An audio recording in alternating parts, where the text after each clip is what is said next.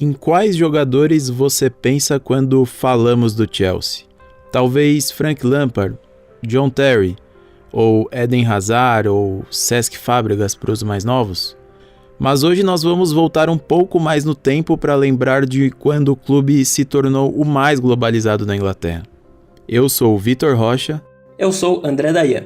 E nesse episódio do podcast Acréscimos, a gente vai falar da era pré-Abramovich no Chelsea, quando o nome da vez era Gianfranco Zola.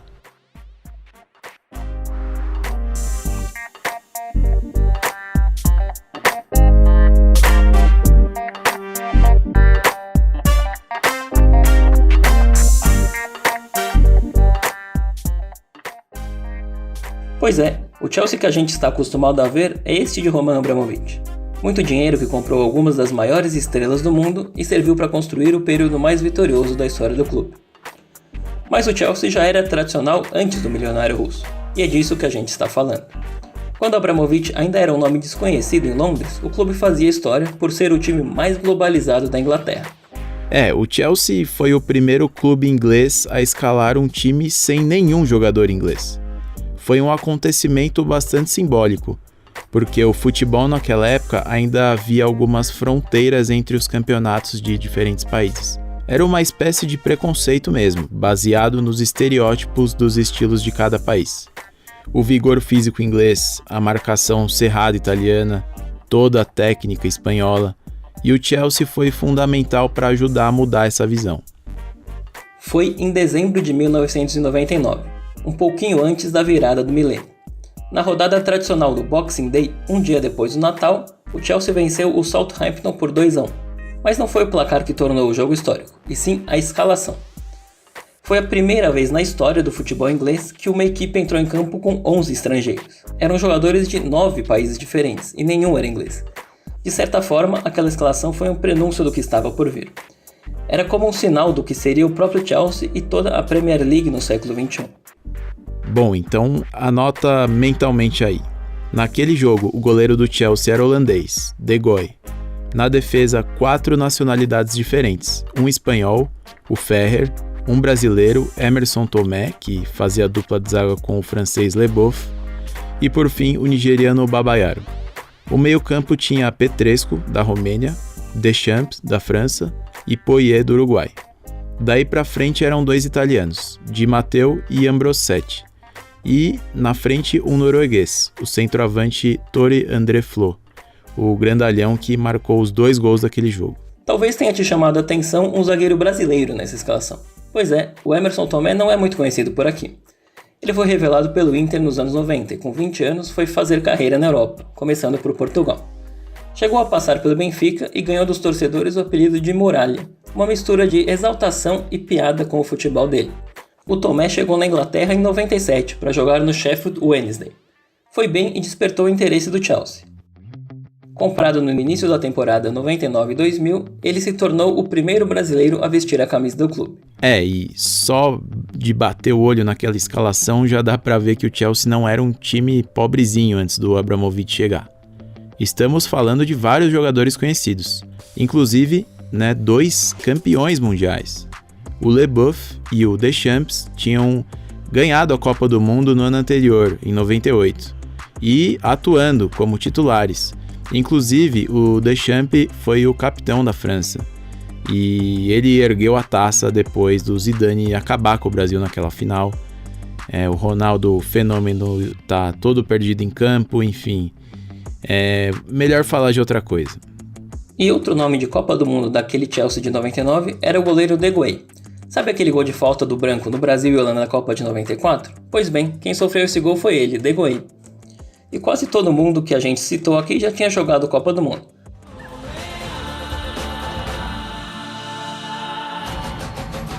O Ferrer, o Babayaro, o Petrescu, o Di Matteo, o Flo, todos jogaram Copa e foram bem relevantes em seus países. O nome do Di Matteo você provavelmente já conhece, porque ele virou treinador e depois levou o Chelsea ao título da Liga dos Campeões, em 2012. Mas essa já é outra história. O que importa é que naquele período, na virada dos anos 90 para os 2000, o Chelsea teve jogadores que marcaram época no futebol mundial.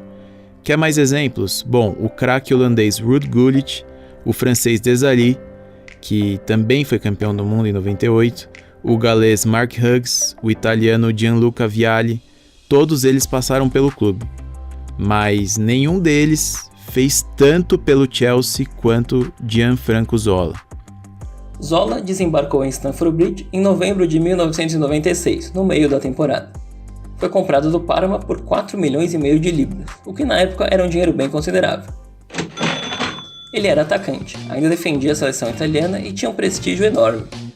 Mas chegou no Chelsea já com 30 anos e dando a impressão de que seu auge já tinha passado.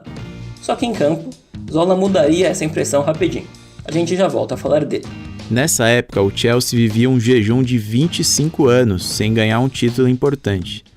A última conquista tinha sido em 71, uma Recopa Europeia. E você conhece o filme, né? Clube que passa muito tempo sem ganhar nada, começa a tomar umas decisões estranhas.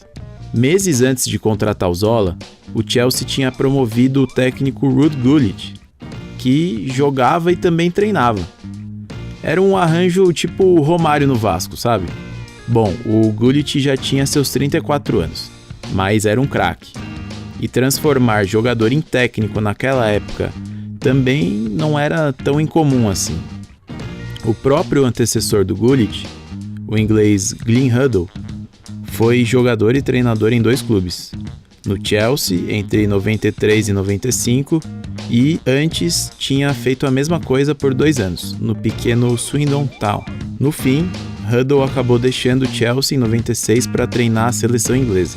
Mas voltando ao Gullit, a primeira experiência dele como treinador foi um sucesso. Em 96-97, o Chelsea foi campeão da Copa da Inglaterra e assim faturou uma taça que não ganhava desde 1970. Na final, em Wembley contra o Middlesbrough, o Gullit não jogou, só deu as ordens. E o Chelsea venceu por 2-0 para botar fim no jejum de 26 anos. Era o título do alívio do torcedor dos Blues, mas ainda tinha mais coisa por vir. Ao final daquela temporada, Gianfranco Zola foi escolhido como o melhor jogador da Inglaterra na tradicional eleição da Football Writers Association, com votos dos jornalistas esportivos do país. Zola foi o primeiro jogador do Chelsea a vencer o prêmio e o único a conquistar a honraria sem ter jogado a temporada completa. O prêmio foi merecido. Zola tinha feito 12 gols na temporada, sendo 4 na campanha do título da Inglaterra.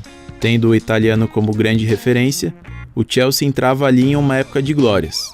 Seriam 6 títulos em 4 temporadas.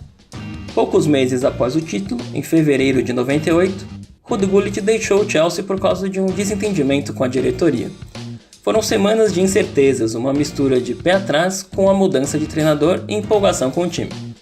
Em campo, a campanha era boa, com a vice-liderança da Premier League e jogos sólidos nas Copas. Para substituir Gullit, adivinha, o clube apostou em mais um jogador-treinador, desta vez o atacante italiano Gianluca Vialli, que estava no clube há 2 anos. O time pareceu não sentir a troca de comando, pelo contrário. O Vialli logo conseguiu resultados no acúmulo das funções e superou o Gullit logo no primeiro ano. Só em 1998 foram 3 taças, a Copa da Liga Inglesa, de novo vencendo o Middlesbrough na final, a Recopa Europeia e a Supercopa Europeia, essa última sobre o Real Madrid de Roberto Carlos, Seedorf e Raul. Os títulos estão todos ligados entre si.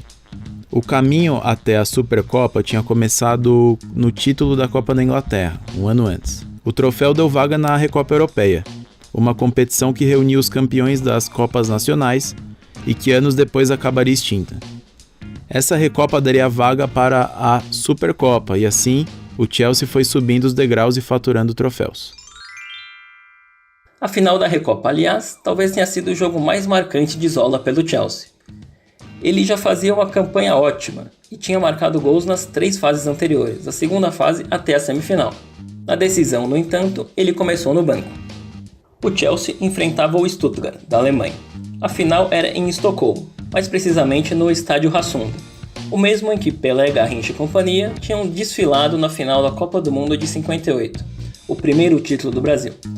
E bom, para ligar uma coisa na outra, o primeiro tempo de Chelsea e Stuttgart teria envergonhado aquela seleção brasileira histórica.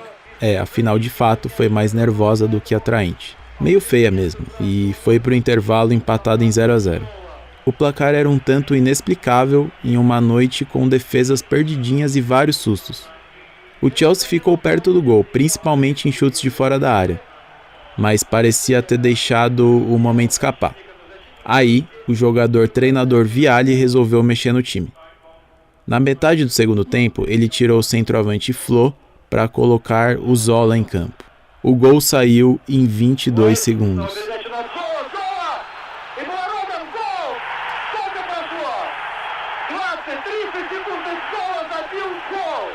Com o cabelo tigelinha e a camisa 25 larga no corpo, Zola entrou e imediatamente tentou uma jogada individual, mas foi travado por baixo.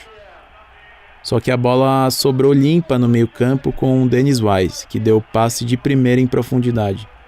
O marcador tinha saído para combater o Zola e não voltou a tempo. Então ele invadiu a área, livre, e marcou o gol que valia uma taça continental.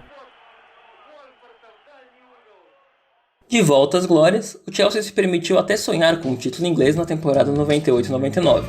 O clube só havia conquistado uma vez na história até então, em 1955.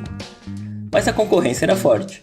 A Premier League já vivia o domínio do Manchester United, de Alex Ferguson, e também estava no início da era Wenger no Arsenal, atual campeão nacional na ocasião. Mesmo assim, o Chelsea chegou a liderar o campeonato já no início do segundo turno. A equipe perdeu a liderança justamente em uma derrota para o Arsenal na rodada 23. Os Blues chegariam na terceira colocação, apenas 4 pontos atrás do campeão Manchester United, que conquistou a tríplice coroa naquela temporada. A boa campanha levou o clube a jogar a Liga dos Campeões da Europa pela primeira vez em sua história, na temporada 99-2000. Curiosamente, o Chelsea poderia ter disputado a primeira edição da Copa dos Campeões da Europa, na temporada 55-56, pois era então o campeão nacional da Inglaterra. Mas apesar da vontade do clube londrino em disputar o torneio, a FA, a Federação Inglesa, impediu a participação dos Blues na competição. O motivo? A velha tradição inglesa de desprezar os campeonatos internacionais, alegando que o futebol local era o que realmente importava. As primeiras edições da Copa do Mundo foram tratadas da mesma forma. Mas voltando ao Chelsea da temporada 99-2000, a equipe comandada por Vialli, que a partir dali pendurou as chuteiras e passou a ser apenas treinador, fez um bom papel na estreia do clube em Ligas dos Campeões da Europa. Chegou até as quartas de final, onde acabou eliminada pelo Barcelona de Rivaldo. O confronto foi duro. No jogo de ida em Londres, o Chelsea venceu por 3-1, com gol de Zola e 2 de Flo. No duelo de volta no Camp Nou, os catalães devolveram o placar e com mais 2 gols na prorrogação ficaram com a vaga. Porém, o ano de 2000 ainda reservava algumas alegrias para a torcida do Chelsea. A equipe conquistou novamente a Copa da Inglaterra, ao derrotar o Aston Villa na decisão por 1-0, com gol do italiano Di Matteo, e aquela foi a última final tradicional da FA Cup, o torneio mais antigo do mundo, a ser disputado no velho estádio de Wembley. Mas antes da demolição do palco mais famoso do futebol inglês, os Blues ainda levantariam mais uma taça no antigo Wembley, a Supercopa da Inglaterra. A conquista foi em cima do poderoso Manchester United, por 2-0, com gols do Hasselbank e Melchiot, 2 holandeses.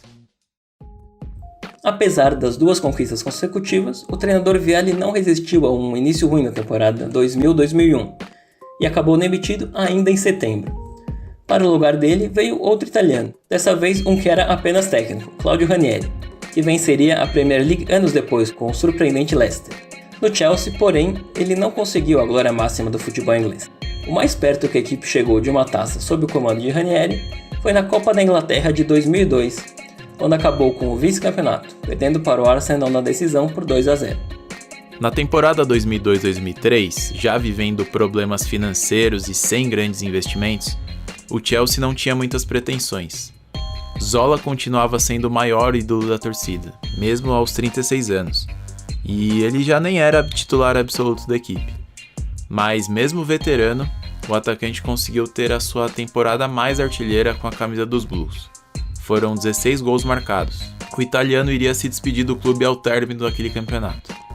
E foi um final marcante, digno da sua passagem por Stamford Bridge.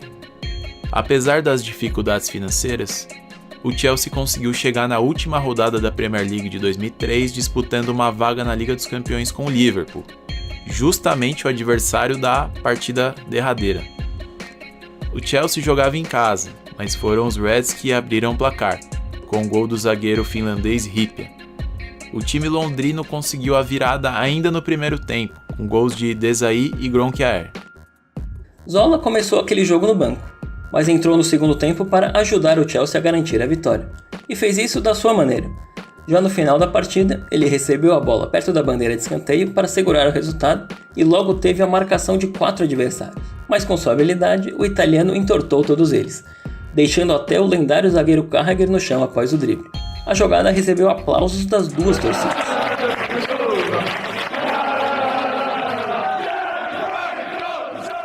Era a despedida de Zola, após 7 temporadas defendendo o Chelsea e deixando o clube classificado para a segunda Liga dos Campeões de sua história. Logo após deixar Stamford Bridge, ainda em 2003, Zola foi considerado pelos torcedores o maior jogador da história do clube. Antes de se retirar do futebol profissional, ele ainda jogaria 2 temporadas pelo Cagliari, time de sua região natal, a Sardenha, ajudando o clube a retornar para a Série A do campeonato italiano. Em junho de 2003, o Chelsea foi comprado pelo russo Roman Abramovich, dando início ao período bilionário do clube. Nesses mais de 15 anos, vários craques passaram por Stamford Bridge e alguns marcaram o seu nome na história com diversos títulos, como as 5 taças da Premier League e a inédita Liga dos Campeões da Europa, conquistada em 2012. Mas nenhum desses ídolos recentes vestiu a camisa 25 do Chelsea. Esse número está aposentado no clube desde 2003 e para sempre representará apenas um nome: Gianfranco Zola.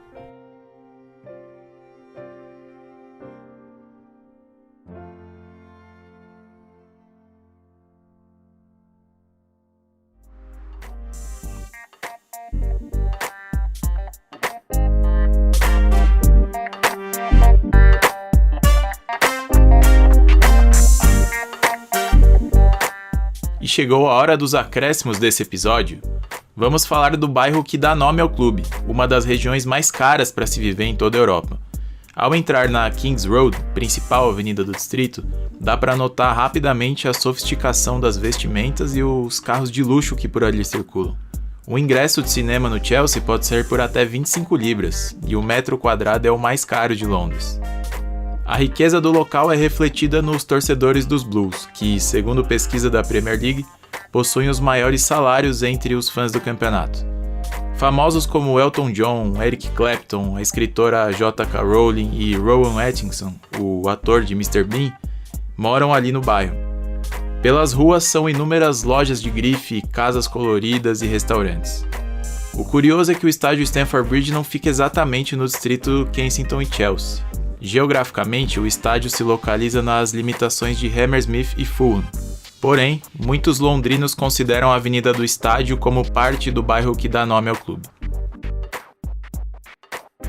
Esse episódio teve o roteiro de André Dayan, colaboração de Arthur Sandes e Vitor Rocha. A edição ficou por conta de Gabriela Varela.